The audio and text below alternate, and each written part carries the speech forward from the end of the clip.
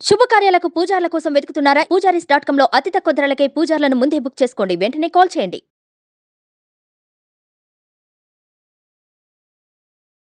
నమస్తే, welcome to Suman TV. నేను మీ యామ్ని. ప్రస్తుతం మనతో ఉన్నారు ప్రముఖ ఆధ్యాత్మికవేత్త, ప్రముఖ జ్యోతిష వాస్తు పండితులు శివయోగి సిస్ట్ల జయశంకర్ గారు ఉన్నారు. వారితో మాట్లాడదాం. నమస్కారం అండి. ఆయుష్మతి భవ. గురుగారు, ఇప్పుడు మనకి ఈ నెల దత్త జయంతి వస్తుంది కదండి. అసలు ఆ రోజు ఏ విధంగా పూజ చేయాలి, అలానే ప్రత్యేకత ఏంటంటే ఆ రోజు? ఇవాళ రోజున దత్తాత్రేయ స్వామి గురించి తెలియని వాళ్ళు లేరమ్మా. అవునండి. అందరికీ తెలిసింది. అయినా కూడా మనం ఆ స్వామి చరిత్రని ఎన్నిసార్లు చెప్పుకున్నా మధురంగా ఉంటుంది, ఎన్నిసార్లు చెప్పుకున్నా పుణ్యమే కాబట్టి మనం చెప్పుకోవచ్చు. బ్రహ్మ విష్ణు మహేశ్వరుల త్రిమూర్త్యాత్మక స్వరూపం దత్తాత్రేయుడు. అనసూయాత్రి దంపతుల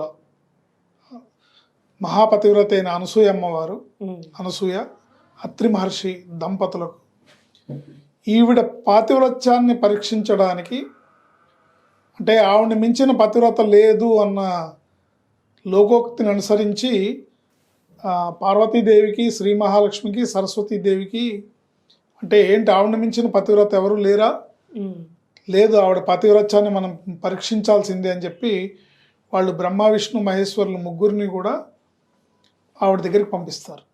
పంపించి భవతి భిక్షాందేహి అని అడిగి ఆవిడ భోజనం పెట్టమని అంటారు. దానికి కండిషన్ ఏంటంటే, అమ్మ మీరు వస్త్రాలు లేకుండా భోజనం పెట్టాలి, ఇది కండిషన్.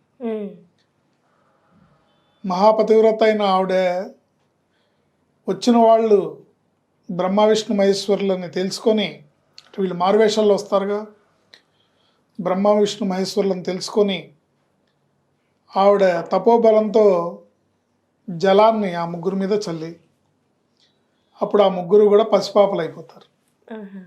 అప్పుడు ఆవిడ స్తన్యాన్ని ఇచ్చి వాళ్ళ కడుపు నింపుతుంది అనమాట. ఆవిడ ఫీడింగ్ చేసి స్తన్యాన్ని ఇచ్చి వాళ్ళ ముగ్గురికి ఇది అవుతుంది. సో అప్పుడు అమ్మ నీ పాతివ్రత్యానికి మెచ్చాము, ఏం కావాలి వరం అంటే, మాకు పుత్రుడిగా జన్మించమని కోరితే ముగ్గురి అంశతోని, బ్రహ్మ విష్ణు మహేశ్వరుల అంశతోని దత్తాత్రేయుడుగా అనసూయ మాతకి జన్మిస్తారు. దత్తుడు అంటే తనంతర తానుగా వచ్చి ఆవిడకి వరమిచ్చి తాన ఆ దత్తుడు ఆ ముగ్గురు దేవతల త్రిమూర్తుల అంశ కాబట్టి, తనని తాను సమర్పించుకున్నాడు కాబట్టి దత్త అంటారు. అత్రి మహర్షి యొక్క పుత్రుడు కాబట్టి ఆత్రేయుడు. దత్త ప్లస్ ఆత్రేయుడు ఈజ్ ఈక్వల్ టు దత్తాత్రేయుడు అన్నమాట. సో మార్గశిర పౌర్ణమి రోజు వారు అవతారాన్ని తీసుకోవడం, గురుస్వరూపంగా లోకానికి ఇవాల్టికి ఆయన భక్తజన కోటిని రక్షిస్తున్నారు. దత్త అంటే పిలిస్తే పలుకుతారు. నువ్వు తప్ప వేరొకరు శరణు లేరు, శ్రీ గురుదత్త జయ గురుదత్త శ్రీదత్త శరణం మమ అంటే వచ్చి పక్క నుంచి ఉంటారు. స్మర్తృగామి సనోవతు అంటారు. అంటే తలుచుకున్న వెంటనే వచ్చి ప్రత్యక్షమయ్యే ప్రత్యక్ష భగవానుడు దత్తాత్రేయుడు. ఏంటి, సో గురుస్వరూపంగా ఆయన్ని కొలిచి మానవ జాతి అందరూ కూడా తరిస్తున్నారు. ఆయన జన్మదినం మార్గశిర పౌర్ణమి రోజు. ఆ రోజు అందరూ కూడా దత్తాత్రేయుడికి తోచిన విధంగా అభిషేకాలు, పూజలు, షోడశోపచారాలతో పూజలు, రకరకాలుగా మనకు తోచిన విధంగా స్వామిని పూజించి భజించి కీర్తించినచో అనేక కోటి జన్మల పాపాన్ని కూడా పోగొట్టే శక్తి గల భగవానుడు దత్తాత్రేయుడు. శ్రీదత్త శరణం మమ. అయ్యా దత్తాత్రేయ, నువ్వు తప్ప నాకు ఇంకెవరు శరణులు, నాకు వేరొక దిక్కు లేరు స్వామి, నువ్వే రక్షించాలి అంటే వచ్చి నుంచొని రక్షిస్తాడు. సో ఆయన అవతారం దత్తాత్రేయుడిగా ఈ భూమి మీద ఉండి ఇవాళకి ఆయన ఉనికిని చాటుకుంటున్నారు. శ్రీశైలంలో కదంబ వనంలో, ఆ కదలీ వనంలో ఇవాళకి ఆయన సంచారం సాగుతుందని చెప్పుకుంటారు. ఇవాళకి ఆయన ఉనికి ఆయన చూపిస్తూనే ఉన్నారు. కోరి కొలిచిన వారికి కొంగు బంగారం. ఆయన కొలిచిన వారింట లేమి అనేది ఉండదు. ఆయన చేయలేని, తీర్చలేని కష్టం లేదు, ఆయన చేయలేని పని లేదు.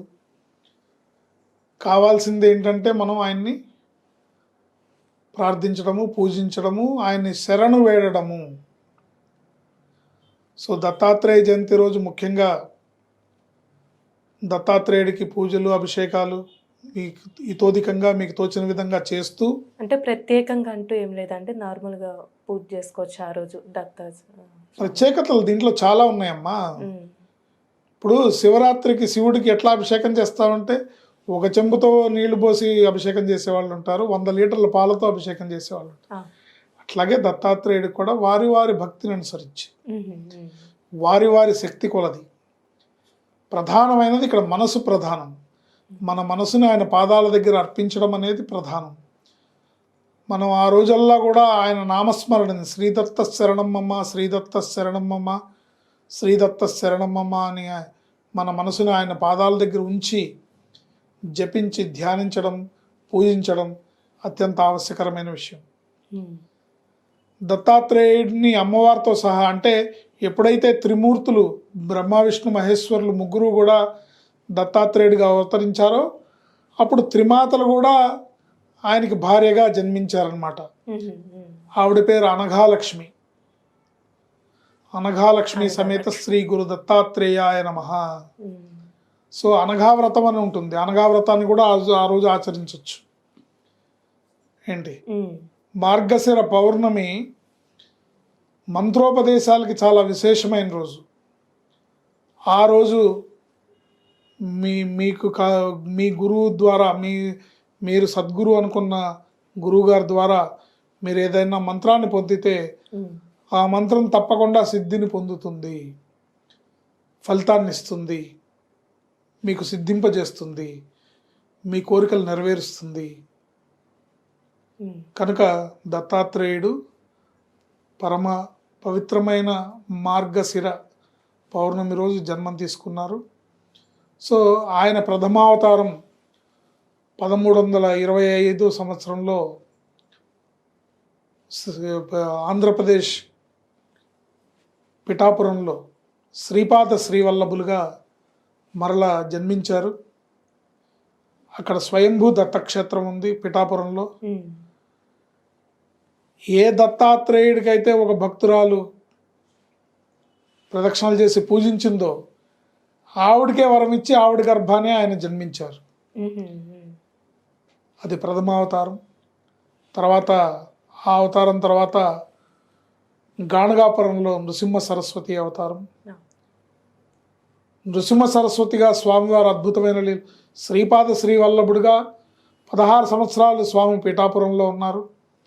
అక్కడి నుంచి వారు కురువపురం వచ్చి కురువపురంలో తపస్సు చేసుకొని మహబూబ్ నగర్ జిల్లా, కృష్ణానది ఒడ్డున ఉన్న కురువపురంలో తపస్సు చేసుకొని కురువపురంలో వెలిచారు. అక్కడే కృష్ణానదిలో అంతర్హితమయ్యారు. తర్వాత నృసింహ సరస్వతిగా అవతారం తీసుకున్నారు. గాణగాపురంలో నృసింహ సరస్వతిగా ఇవాళకి భక్తుల కోరికల్ని తీరుస్తున్నారు. ఆయన పాదుకలే అక్కడ రాజ్యమేలుతున్నాయి. ఆయన పాదుకలే భక్తుల కోరికల్ని నెరవేరుస్తున్నాయి, భక్తుల్ని కాపాడి రక్షిస్తున్నాయి. వారు 300 సంవత్సరాలు శ్రీశైలంలో కదలీవనంలో ఉన్నట్టుగా, ఇవాళకి వారు అక్కడ సంచరిస్తున్నట్టుగా కొంతమంది ఉపాసకులకి, కొంతమంది భక్తులకి ఆ అనుభవం అనేది ఇవాళకి వారు దర్శనమిస్తూ ఉంటారు. కనుక దత్తా అంటే ప్రత్యక్షమై నేనుండగా దిగులేలా అనే భరోసాతో భక్తజనకోటిని కాపాడి రక్షించే దత్తాత్రేయ జయంతిని ప్రజలందరూ కూడా, ఆస్తిక మహాశైలందరూ కూడా ఆ దత్తుడిని వేడుకొని పూజించి తరించాలని మనస్ఫూర్తిగా కోరుకుంటూ సెలవు తీసుకుంటాం. చాలా చక్కగా తెలియజేశారు గురుగారు. ధన్యవాదాలండి.